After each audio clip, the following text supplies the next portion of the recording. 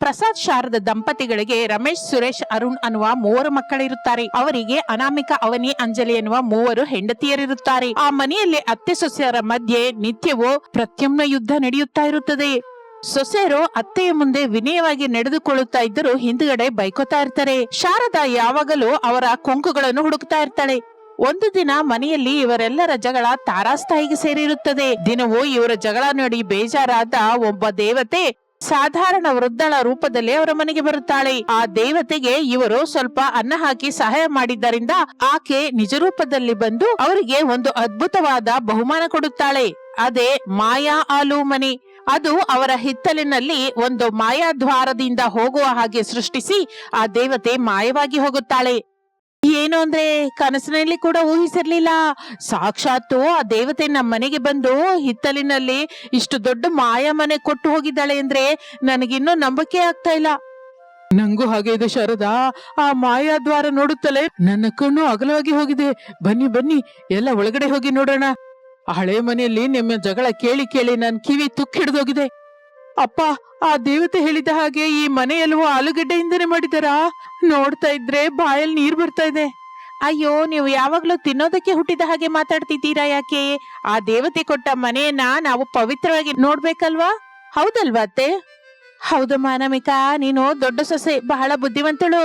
ನಿನಗಿರುವ ಬುದ್ಧಿ ಇನ್ನು ಮಿಕ್ಕ ಇಬ್ಬರಿಗೆಲ್ಲಿದೆ? ಶುರು ಮಾಡಿದ್ಲಪ್ಪ ಭಜನೆ. ಯಾವಾಗ ನೋಡಿದ್ರು ಈ ದೊಡ್ಡ ಸೊಸೆನೆ ಬುದ್ಧಿವಂತಳು, ನಾವೆಲ್ಲರೂ ಕೆಲಸಕ್ಕೆ ಬಾರದವ್ರು. ಅವನಿ, ಏನದು ಗೊಣಗ್ತಾ ಇದ್ಯಾ? ಅದೇನು ಇಲ್ಲ ಬಿಡಿ, ಮನೆ ಚೆನ್ನಾಗಿದೆ ಅಲ್ಲ ಅಂತ ಹೊಗಳ್ತಾ ಇದ್ದೀನಿ. ಅತ್ತೆ, ಮತ್ತೆ ತಡ ಏನಕ್ಕೆ? ಒಳಗಡೆ ಹೋಗೋಣ ಬನ್ನಿ. ನನಗೆ ಕಾಲು ಎಳಿತಾ ಇದೆ. ಒಳಗಡೆ ಎಲ್ಲಾದರೂ ಮೆತ್ತನೆಯ ಆಲೂ ಸೋಫಾ ಇದ್ರೆ ಸ್ವಲ್ಪ ಹೊತ್ತು ಮಲ್ಕೋತೀನಿ. ನಿಂಗೆ ಯಾವಾಗ ನೋಡಿದ್ರು ಮಲ್ಕೊಳ್ಳೋದೇ ಸರಿ ಹೋಗುತ್ತೆ ಅಂಜಲಿ. ಒಂದು ದಿನವಾದ್ರೂ ಉತ್ಸಾಹದಿಂದ ಇರ್ಬೋದಲ್ಲ. ಅವಳನ್ನ ಆ ಕಡೆ ಬಿಟ್ಬಿಡೋರನು, ಅವಳಿಗೇನೋ ಒಂದು ನೋವು. ಸರಿ ಬಿಡು, ಎಲ್ರೂ ಬನ್ನಿ ಒಳಗಡೆ ಹೋಗೋಣ.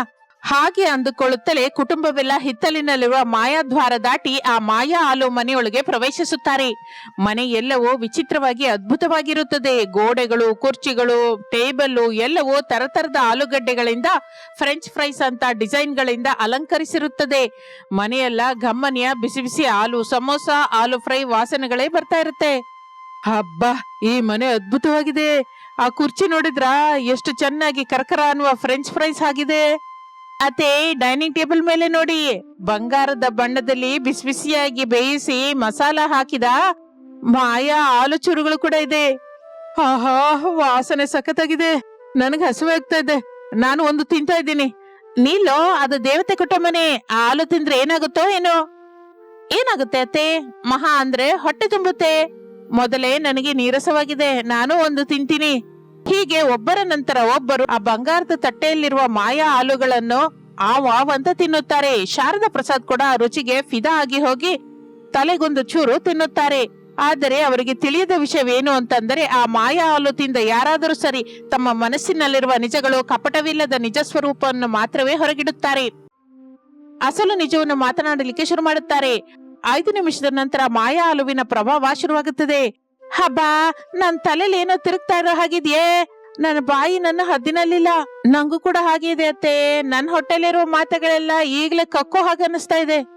ಮೊದ್ಲು ನಿನ್ ಮಾತು ನಿಲ್ಸು ಅನಾಮಿಕಾ. ದೊಡ್ಡ ಬುದ್ಧಿವಂತಳ ಹಾಗೆ ನಡೆಸ್ತೀಯ ಹೊರತು ನಿನ್ನಂತ ಗಯ್ಯಾಳಿ ಈ ಪ್ರಪಂಚದಲ್ಲೇ ಇಲ್ಲ. ಹೌದು, ನಾನು ಗಯ್ಯಾಳಿ. ನೀವು ಮಾತ್ರ ಕಡಿಮೆನಾ ಏನೋ? ನನ್ನ ಮುಖದ ಮೇಲೆ ನನ್ನ ಹೊಗಳ್ತಿರಲ್ಲ ಅತ್ತೆ. ಆದ್ರೆ ನಿಮ್ಮ ಆಸ್ತಿ ಎಲ್ಲವನ್ನು ಅವನಿ, ಆ ಅಂಜಲಿಯರಿಗೆ ಕೊಡ್ಬೇಕು ಅಂತ ಪ್ಲಾನ್ ಹಾಕ್ತಾ ಇದ್ದೀರಿ ಅಂತ ನಂಗೆ ಗೊತ್ತು. ನಿಮ್ಮ ನಾಟಕ ನಂಗೆ ಗೊತ್ತಿಲ್ವಾ ಏನು? ಅನಾಮಿಕಾ, ಏನ್ ಹಾಗೆ ಮಾತಾಡ್ತಾ ಇದೀಯಾ? ನಮ್ಮಮ್ಮನ ಹತ್ರ ಹುಚ್ಚಿಡ್ದಿದ್ಯೇನು? ನೀನು ಬಾಯಿ ಮುಚ್ಚು ರಮೇಶ್. ನಿನಗೆ ನಿಜಕ್ಕೂ ಪೌರುಷನೇ ಇಲ್ಲ. ಯಾವಾಗ್ಲೂ ಅಮ್ಮನ ಸೆರಗಿ ಹಿಡ್ಕೊಂಡು ತಿರುಗ್ತ್ಯಾ. ಮನೇಲಿ ನಾನು ಎಲ್ಲ ಕೆಲಸ ಮಾಡಿ ಸಾಯ್ತಾ ಇದ್ರೆ ಕನಿಷ್ಠ ಒಂದು ದಿನವಾದ್ರೂ ನಂಗೆ ಸಹಾಯ ಮಾಡಿಲ್ಲ. ನಿನ್ನ ಮಾಡ್ಕೊಂಡಿದ್ದಕ್ಕೆ ದಿನವೂ ರಾತ್ರಿ ಹೊತ್ತು ತಲೆ ಚಚ್ಕೋತಾ ಇದ್ದೀನಿ, ಗೊತ್ತಾ? ಹೌದು, ನನಗೆ ಪೌರುಷವಿಲ್ಲ. ನನಗೆ ಮನೆಯಲ್ಲಿ ಕೆಲಸ ಮಾಡೋದಂದ್ರೆ ಬಹಳ ಸೋಂಬೇರಿತನ. ಅದಕ್ಕೆ ಅಮ್ಮನ ಹಿಂದೆ ಬಚ್ಕೋತೀನಿ. ಆದ್ರೆ ನಾನು ಮಾತ್ರ ನಿನ್ನನ್ನು ಇಷ್ಟಪಟ್ಟು ಮಾಡ್ಕೊಂಡಿದ್ದೀನೇನೋ, ಅಪ್ಪನ ಬಲವಂತಕ್ಕೆ ಮಾಡ್ಕೊಂಡೆ. ನಿನ್ನ ಕೈ ಅಡಿಗೆ ದಿನಾನು ತಿಂತಾ ಇದ್ರೆ ನನ್ನ ತುಟಿಗಳು ಒಣಗ್ ಹೋಗ್ತಾ ಇದೆ. ಅರೇ, ನಾನು ಬಲವಂತ ಮಾಡಿದ್ನಾ? ನಿಮ್ಮ ಅತ್ತೆ ವರದಕ್ಷಿಣೆ ಹೆಚ್ಚು ಕೊಡ್ತೀನಿ ಅಂದಿದ್ದಕ್ಕೆ ಆಸೆ ಪಟ್ಟು ಮಾಡಿದ್ನೋ? ಆದ್ರೂ ಈ ಮನೆಯಲ್ಲಿ ನನ್ ಮಾತು ಯಾರು ಕೇಳ್ತಾ ಇದ್ದಾರೆ? ನನ್ಗಂತೂ ನಿಜಕ್ಕೂ ಈ ಕುಟುಂಬ ಅಂದ್ರೆ ಸಖತ್ ಬೇಜಾರಾಗಿ ಹೋಗಿದೆ. ಏನು ಅಂದ್ರೆ ಏನ್ ನೀವನ್ನೋದು? ನನ್ನನ್ನು, ನನ್ನ ಮಕ್ಕಳನ್ನು ನೋಡಿದ್ರೆ ನಿಮ್ಗೆ ಬೇಜಾರ? ಮತ್ತೇನು ಶಾರದಾ, ನಿನಗೆ ಯಾವಾಗ್ಲೂ ನಿನ್ನ ಸೊಸೆ ಜೊತೆ ಜಗಳವಾಡೋದಕ್ಕೆ ಸರಿ ಹೋಗುತ್ತೆ. ಬೆಳಿಗ್ಗೆ ಎದ್ರೆ ಅದು ಸಾರಲ್ಲಿ ಉಪ್ಪು ಹೆಚ್ಚಾಕಿದಾಳೆ, ಇವಳು ಬಟ್ಟೆ ಸರಿಯಾಗಿ ಒಗಿಲಿಲ್ಲ ಅಂತ ನನ್ ಪ್ರಾಣ ತೆಗಿತಾ ಇರ್ತೀಯ. ಅದಕ್ಕೆ ನನಗೆ ಕಿವಿಗಳು ಸರಿಯಾಗಿ ಕೇಳಿಸ್ತಾ ಇದ್ರು. ಓಹೋ ಅನ್ನತ್ತಾ ಕಿವುಡನ್ ಹಾಗೆ ನಟಿಸ್ತಾ ಇದ್ದೀನಿ. ಮಾವಯ್ಯ, ನೀವು ಸೂಪರು. ಈ ಮನೇಲಿ ಇರ್ಬೇಕು ಅಂದ್ರೆ ಹಾಗೆ ನಟಿಸ್ಬೇಕು. ನಾನು ಕೂಡ ದಿನ ಹಾಗೆ ನಟಿಸ್ತಾ ಇದ್ದೀನಲ್ಲ. ಏನೇ ಅವನಿ ನೀನು ನಟಿಸೋದೇನು? ಇನ್ನೇನತ್ತೆ, ದಿನವೂ ಬೆಳಿಗ್ಗೆ 5 ಗಂಟೆಗೆ ಎದ್ದು ಪೂಜೆ ಮಾಡ್ತಾ ಇದ್ದೀನಿ ಅಂತ ನಿಮ್ಗೆ ಹೇಳ್ತಾ ಇದ್ದೀನಲ್ಲ, ಅದೆಲ್ಲ ಬರೀ ಸುಳ್ಳು. ನಾನು 7 ಗಂಟೆವರೆಗೂ ಬೆಡ್ಶೀಟ್ ಮುಚ್ಕೊಂಡೇ ಮಲಗಿರ್ತೀನಿ. ನೀವು ಬರುವ ಸಮಯಕ್ಕೆ ಕಣ್ಣುಚ್ಕೊಂಡು ದೇವ್ರ ಮನೆಯಲ್ಲಿ ಕೂತಿರ್ತೀನಿ. ಏನೋ ಅಂದ್ರೆ ಪ್ರಸಾದ ಯಾರು ಮಾಡ್ತಾ ಇದ್ದಾರೆ? ನಾನ್ ಮಾಡೋದೇನತ್ತೆ, ರಾತ್ರಿ ಮಿಕ್ಕ ಅನ್ನಕ್ಕೆ ಸ್ವಲ್ಪ ಬೆಲ್ಲ ತುಪ್ಪ ಕಲಿಸಿ ದೇವ್ರ ಮುಂದೆ ಇಡ್ತಾ ಇದ್ದೀನಿ. ನೀವ್ ಅದೇ ಪರಮಾನ್ನ ಅಂತ ಅನ್ಕೊಂಡು ಲೊಟ್ಟೆ ಹಾಕೊಂಡು ತಿಂತಾ ಇದ್ದೀರಾ. ಏನು ಅವನಿ ದೇವ್ರಿಗೆ ಸುಳ್ಳು ಹೇಳ್ತಾ ಇದೀಯ, ಅದು ಒಳ್ಳೇದೇನಾ? ಓಹೋ, ನೀನೇನು ಬಹಳ ಶ್ರೀರಾಮಚಂದ್ರ. ಮತ್ತೆ ಮೊನ್ನೆ ಆಫೀಸಲ್ಲಿ ಓವರ್ ಟೈಮ್ ಡ್ಯೂಟಿ ಅಂತ ಹೇಳಿ ನಿನ್ನ ಫ್ರೆಂಡ್ಸ್ ಜೊತೆ ಸೇರಿ ಸಿನಿಮಾಕ್ ಹೋಗಿಲ್ವಾ? ನಿನ್ನ ಜೇಬಲ್ಲಿ ಸಿನಿಮಾ ಟಿಕೆಟ್ ಸಿಕ್ತು ನಂಗೆ. ನೀನೇನೋ ಬಿಲ್ಡಪ್ ಹೊಡಿತಾ ಇದೀಯಾ, ಸಂಪಾದಿಸಿ ಸೂಟ್ ಕೇಸಲ್ಲಿ ತರೋ ಹಾಗೆ. ನಿನ್ನ ಸಂಬಳಕ್ಕಿಂತ ನಾನು ಆನ್ಲೈನ್ ನಲ್ಲಿ ಆರ್ಡರ್ ಮಾಡುವ ಸೀರೆಗಳ ಬಿಲ್ಲೆ ಹೆಚ್ಚು. ಹೌದು, ಹೋಗಿದ್ದೆ. ಮನೇಲಿದ್ರೆ ನಾನು ನಿನ್ನ ಅಮ್ಮನ ಜಗಳ ಸಹಿಸಲಾರ್ದೆ ಹೊರಗೆ ಹೋಗ್ತಾ ಇದ್ದೀನಿ. ನಾನು ಸಂಪಾದಿಸಿ ನೀನು ಅದನ್ನೆಲ್ಲ ಆನ್ಲೈನ್ ನಲ್ಲಿ ಶಾಪಿಂಗ್ ಅಲ್ಲಿ ಇಟ್ಟು ನಿನ್ನ ತವ್ರ ಮನೆಯವ್ರು ಕಳಿಸ್ತಾ ಇದ್ದಾರೆ ಅಂತ ಸುಳ್ಳು ಹೇಳ್ತಾ ಇದೀಯಲ್ಲ, ಅದು ನಂಗೆ ಗೊತ್ತಿಲ್ವಾ? ಹಾ, ನಿಮ್ಮೆಲ್ಲರ ನಿಜಾನ ಕೇಳ್ತಾ ಇದ್ರೆ ನನಗೆ ಭಲೆ ಆನಂದವಾಗಿದೆ. ಈ ಮನೆ ಏನೋ ಬಹಳ ಪ್ರಾಮಾಣಿಕತೆವಾಗಿದೆ ಅಂತ ನನಗೆ ಈಗೀಗ ಅರ್ಥವಾಯ್ತು. ಏನೇ ಅಂಜಲಿ ಅಷ್ಟೆಲ್ಲ ನಗ್ತಾ ಇದ್ಯಾ? ನೀನೇನು ಪತಿವ್ರತೆನಾ? ಮತ್ತೆ ನಿನ್ನ ನಿಜವೇನು ಹೇಳು? ನಾನು ಪತಿವ್ರತೆ ಅಂತ ನಾನು ಯಾವಾಗ್ಲಾದ್ರೂ ಅನ್ನತ್ತೆ? ನನ್ನ ಸೋಮಾರಿತನದ ಬಗ್ಗೆ ನಂಗೆ ನಾಚಿಕೆ ಆಗುತ್ತೆ ಕೆಲವು ಸಲ. ನನಗೆ ಮೈಯಲ್ಲಿ ಎಂತಹ ನೋವು ಇಲ್ಲ ಅತ್ತೆ. ನೀವು ಕೆಲಸ ಹೇಳ್ತೀರಿ ಅಂತ ಭಯದಿಂದ ಬೆಳಿಗ್ಗೆ ಹೇಳುತ್ತಲೇ ಸೊಂಟ ನೋವು ಕಾಲ್ ನೋವು ಅಂತ ನಾಟಕ ಆಡ್ತಾ ಇದ್ದೀನಿ. ರಾಕ್ಷಸಿ, ಮೊನ್ನೆ ನಾನು ನಿನಗೆ ಬಿಸಿನೀರು ಕಾಯಿಸಿ ಇಟ್ಟಿದ್ನಲ್ಲೇ, ನಿನಗೆ ಜ್ವರ ಬಂದಿದೆ ಅಂತ. ಜ್ವರ ಎಲ್ಲಿಂದತ್ತೆ? ಈರುಳ್ಳಿ ಕಂಕ್ಳಲ್ಲಿ ಇಟ್ರೆ ಮೈಯಲ್ಲಿ ಬಿಸಿ ಹೆಚ್ಚಾಗುತ್ತೆ ಅಷ್ಟೇ. ನೀವು ನನಗೆ ಬಿಸಿ ನೀರು ಫ್ರೂಟ್ಸ್ ತಂದು ಕೊಡ್ತಾ ಇದ್ರೆ ಹಬ್ಬ ಎಂತ ಹುಚ್ಚತ್ತೆ ಸಿಕ್ಕಿದ್ಲಪ್ಪ ಅಂತ ಎಷ್ಟೋ ಸಂತೋಷ ಪಟ್ಟೆ ಮನ್ಸಲ್ಲಿ. ಚಿಚಿ ಅಂಜಲಿ, ನೀನ್ ಇಷ್ಟು ದಾರುಣವಾಗಿ ಮೋಸ ಮಾಡ್ತೀಯಾ? ಅಮ್ಮ ನಿನ್ನ ಎಷ್ಟು ಚೆನ್ನಾಗಿ ನೋಡ್ಕೊತಾ ಇದ್ದಾಳೆ. ಸಾಕು ನಿಲ್ಸು ಅರುಣ್, ಅಮ್ಮ ನನ್ನನ್ನ ಚೆನ್ನಾಗಿ ನೋಡ್ಕೊಳ್ಳೋದೇನು? ನನ್ನ ತವರು ಮನೆಯಿಂದ ಬಂದ ಬಂಗಾರದ ಬಳೆಗಳನ್ನ ತನ್ನ ಬೀರುನಲ್ಲೇ ಎತ್ತಿಟ್ಕೊಂಡಿದ್ದಾಳೆ. ಯಾರಾದ್ರೂ ಕೇಳಿದ್ರೆ ತಾನೇ ಕೊಡಿಸಿದ ಹಾಗೆ ಊರೆಲ್ಲ ಡಂಗೂರ ಹೊಡಿತಾಳೆ. ಹೌದಾ ಅಲ್ವಾ ಅತ್ತೆ? ಹೌದು, ನಿಮ್ಮಮ್ಮ 1 ಗ್ರಾಮ್ ಗೋಲ್ಡ್ ಬಳೆ ಕೊಟ್ಟಿದ್ಲು. ಊರ್ನವ್ರು ನೋಡಿದ್ರೆ ಮರ್ಯಾದೆ ಹೋಗುತ್ತೆ ಅಂತ ನನ್ನ ಬೀರು ಒಳಗಿಟ್ಟು ನಾನೇ ನನ್ನ ಸ್ವಂತ ದುಡ್ಡಿನಿಂದ ಕೊಂಡ್ಕೊಂಡ ಬಂಗಾರದ ಬಳೆ ಕೊಟ್ಟೆ. ಅದು ನಿಂಗೆ ಮೋಸವಾಗಿ ಕಾಣಿಸುತ್ತಾ? ನಿಜಕ್ಕೂ ನೀವು 3 ಸೊಸೆಯರು ಈ ಮನೆಗೆ ಹಿಡಿದ ದರಿದ್ರಗಳ ಕಣೆ. ಯಾವತ್ತೂ ನನ್ನನ್ನ ಸ್ವಂತ ತಾಯಿ ಹಾಗೆ ನೋಡಿಲ್ಲ. ನೀವು ನಮ್ಮನ್ನ ಸ್ವಂತ ಮಕ್ಕಳ ಹಾಗೆ ಯಾವಾಗ ನೋಡಿದ್ರಿ ಅತ್ತೆ? ಯಾವಾಗಲೂ ಪಕ್ಕದ ಮನೆಯವ್ರ ಮುಂದೆ ಯಾವಾಗ್ಲೂ ನಮ್ಮನ್ನ ಕೀಳಾಗೆ ನೋಡೋದೇ ಅಲ್ವಾ ನಿಮ್ಮ ಕೆಲ್ಸ? ಅದಕ್ಕೆ ಮೊನ್ನೆ ನೀವು ಎತ್ತಿಟ್ಕೊಂಡ ಸ್ವೀಟ್ ಡಬ್ಬದಲ್ಲಿ ನಾನು ಉಪ್ಪು ಸೇರಿಸಿದ್ದೆ. ನೀವು ಅದನ್ನ ತಿಂದು ದಿನವೆಲ್ಲ ನೀರ್ ಕುಡಿತಾನೆ ಇದ್ರೆ ನೋಡಿ ಆನಂದಿಸಿದೆ. ಅಯ್ಯೋ ದೇವ್ರೆ, ನನ್ನ BP ಹೆಚ್ಚಾಗಿ ಆ ದಿನ ಹಾಸ್ಪಿಟಲ್ ಕೂಡ ಹೋದ್ಮೇಲೆ ಪಾಪಾತ್ಮಳೆ. ಅದೆಲ್ಲ ಬಿಡಿಯತ್ತೆ. ಮೊನ್ನೆ ನೀವು ಕೊಂಡ್ಕೊಂಡ ಆ ಬೆಲೆ ಬಾಳುವ ರೇಷ್ಮೆ ಸೀರೆಗೆ ಇಸ್ತ್ರಿ ಮಾಡಿ ಸುಟ್ಟಿದ್ದು ನಾನೇ. ನನಗಿಂತ ಆ ಸೀರೆ ನಿಮಗೆ ಚೆನ್ನಾಗಿದೆ ಅಂತ ನನಗೆ ಅಸೂಯೆ ಆಯ್ತು. ಅದಕ್ಕೆ ಸೀರೆ ಸುಟ್ಬಿಟ್ಟು ಆ ಪಕ್ಕದ ಮನೆ ಬೆಕ್ಕು ಬಂದು ಕಿತ್ತಾಕ್ತು ಅಂತ ಸುಳ್ಳು ಹೇಳ್ದೆ. ನನ್ನ 10,000 ರೂಪಾಯಿ ಸೀರೆನ ಸುಟ್ಟಿಯಾ? ನಿನ್ನ ಏನ್ ಮಾಡಿದ್ರು ಪಾಪ ಬರಲ್ವೇ? ಏ ಸುರೇಶು, ನಿನ್ನ ಹೆಂಡತಿನ ಕುದ್ಕೆ ಹಿಡಿದು ಹೊರಗ್ ತಳ್ಳು. ನಾನೇಕೆ ತಳ್ತೀನಮ್ಮ? ಆ ಸೀರೆ ಕೊಂಡ್ಕೊಂಡಿದ್ದು ನನ್ನ ಕ್ರೆಡಿಟ್ ಕಾರ್ಡ್ ಇಂದಲೇ ಅಲ್ವಾ? ನೀನು ನನಗೆ ಬಲವಂತದಿಂದ ಸೀರೆ ಕೊಡ್ಸೋ ಹಾಗೆ ಮಾಡ್ದೆ. ಅದು ಸುಟ್ಟೋಯ್ತು ಅಂತ ತಿಳಿದಾಗ ನಾನು ಮನಸ್ಸಿನಲ್ಲಿ ಲಡ್ಡು ಹಂಚ್ಕೊಂಡೆ. ಅರೆ, ನೀವೆಲ್ರೂ ಒಂದಾದ್ರೆ ನಮ್ಮ ದೊಡ್ಡ ಸೊಸೆ ಅನಾಮಿಕಾ ಇನ್ನೊಂದು ತೀರ. ಮೊನ್ನೆ ರಮೇಶ್ ಅವರ ಆಫೀಸಿಂದ ಬಾಸನ್ನ ಮನೆಗೆ ಕರೆಸಿದ್ರೆ ಇವರು ಚಿಕನ್ ಕರಿಯಲ್ಲಿ ಖಾರದ ಬದಲು ಸಕ್ಕರೆ ಹಾಕಿ ಕಲ್ಸಿದ್ರು. ಆ ಬಾಸ್ ಆ ಸಿಹಿ ಕರಿಯನ್ನ ತಿಂದು ನಮ್ಮವನಿಗೆ ಪ್ರಮೋಷನ್ ನಿಲ್ಸಿದ. ಅನಾಮಿಕಾ, ಆ ದಿನ ಕರಿ ಹಾಳಾಯ್ತು ಅಂದೆ ಬೇಕು ಅಂತ ಮಾಡ್ದ್ಯಾ? ಯಾಕೆ ಹಾಗೆ ಮಾಡ್ದೆ? ನನ್ನ ಪ್ರಮೋಷನ್ ನಿಂತೋದ್ರೆ ನಿಂಗೇನೆ ಲಾಭ? ಎನ್ನಲ್ಲಿ ಲಾಭ? ಪ್ರಮೋಷನ್ ಬಂದ್ರೆ ನಿಂಗೆ ಬೇರೆ ಊರಿಗೆ ಟ್ರಾನ್ಸ್ಫರ್ ಮಾಡ್ತಾರೆ. ನಾನು ನಿಮ್ಮ ಅತ್ತೆ ಮನೆಯನ್ನ ಬಿಟ್ಟು ನಿನ್ ಜೊತೆ ಅಲ್ಲಿಗೆ ಬಂದು ಬೆಳಗ್ಗೆಯಿಂದ ರಾತ್ರಿವರೆಗೂ ನಿನ್ಗೆ ಸೇವೆ ಮಾಡ್ಬೇಕಲ್ಲ, ಅದಕ್ಕೆ ಪ್ರಮೋಷನ್ ಬಾರ್ದ ಹಾಗೆ ನಿಲ್ಲಿಸ್ದೆ. ಎಷ್ಟು ಮೋಸ, ಎಷ್ಟು ದ್ರೋಹ! ನನ್ ಮನೆಯಲ್ಲಿ ಇರ್ತಲೇ ನನ್ನ ಮಕ್ಕಳ ಜೀವನ ಜೊತೆ ಆಡ್ತಾ ಇದ್ದೀರಾ. ನಿಮ್ ಮೂವರನ್ನ ನಾನು ಈ ದಿನವೇ ಮನೆಯಿಂದ ಹೊರಗ್ ತಳ್ತೀನಿ. ನಮ್ಮನೇನಕ್ಕೆ ತಳ್ತೀರಿ ಅತ್ತೆ? ನಿಮ್ಮ ನಿಜ ಕೂಡ ಹೇಳಿ. ಆ ದಿನ ಮಾವಯ್ಯನಿಗೆ ಸಾಲ ಕೊಟ್ಟ ಸುಬ್ಬರಾವ್ ಬಂದು ಅವ್ರು ಇಲ್ಲ ಅಂತ ಹೇಳಿ ಅವ್ರು ಕೊಟ್ಟ ದುಡ್ಡನ್ನ ನೀವೇ ತಗೊಂಡು ಎತ್ತಿಟ್ರಲ್ಲ. ಏನು ಶಾರದಾ, ಸುಬ್ಬರಾವ್ ನನ್ನ ಸಾಲ ತೀರ್ಸಿದ್ನ? ಆ ದುಡ್ಡು ಎಲ್ಲಿ ಎತ್ತಿಟ್ಟಿದ್ಯೆ ಕಳ್ಳ ಮುಖದವಳೆ? ಅವನು ಸಾಲ ಕೊಟ್ಟಿಲ್ಲ ಅಂತ ದಿನವೂ ಅವನನ್ನ ಸರಿಯಾಗಿ ಬೈತಾ ಇದ್ದೀನಲ್ಲೇ. ಆ ದುಡ್ಡು ತಗೊಂಡೋಗಿ ನನಗೆ ಇಡಿಸಿದ ಬಂಗಾರದ ಸರ ಮಾಡಿಸ್ಕೊಂಡರಿ. ನೀವೇನು ನನಗೆ ಯಾವಾಗ್ಲೂ ಒಡವೆ ಕೊಡ್ಸೇ ಇಲ್ವಲ್ಲ, ಅದಕ್ಕೆ ನನ್ನಲ್ಲೇ ಹೊಟ್ಟೆ ಉರಿ ಪಟ್ಕೋತಾ ಇದ್ದೆ, ಅದಕ್ಕೆ ನಾನೇ ಇಟ್ಕೊಂಡೆ. ನನ್ನ ಮರ್ಯಾದೆ ತೆಗ್ದಿಲಿ ಕತ್ತೆ. ಈ ಮನೇಲಿ ಎಲ್ರೂ ಕಳ್ರೆ. ನಿಜಕ್ಕೂ ಈ ಮಾಯಾ ಹಾಲು ಮನೆಗೆ ಬಂದಿರೋದ್ರಿಂದಲೇ ನಮ್ಮ ನಿಜವೆಲ್ಲ ಹೊರಗೆ ಬಂತು. ಆ ದೇವತೆ ನಮಗೆ ವರ ಕೊಟ್ಟಿಲ್ಲ, ಶಾಪ ಕೊಟ್ಟಿದ್ದಾಳೆ. ಹೌದು ಕಣೋರುನು, ನನ್ನ ಸೊಸೆಯರ ಬುದ್ಧಿ ಹೇಗಿದೆ ನಿಂಗ್ ನೋಡಿದ್ಯಲ್ಲ. ನಿಮ್ಮೆಲ್ಲರನ್ನು ನಾನು ಈ ದಿನವೇ ತವ್ರ ಮನೆಗೆ ಕಳಿಸ್ತೀನಿ. ನಾವು ಹೋಗಲ್ಲ, ನಾವು ಈ ಮನೇಲೇ ಇರ್ತೀವಿ.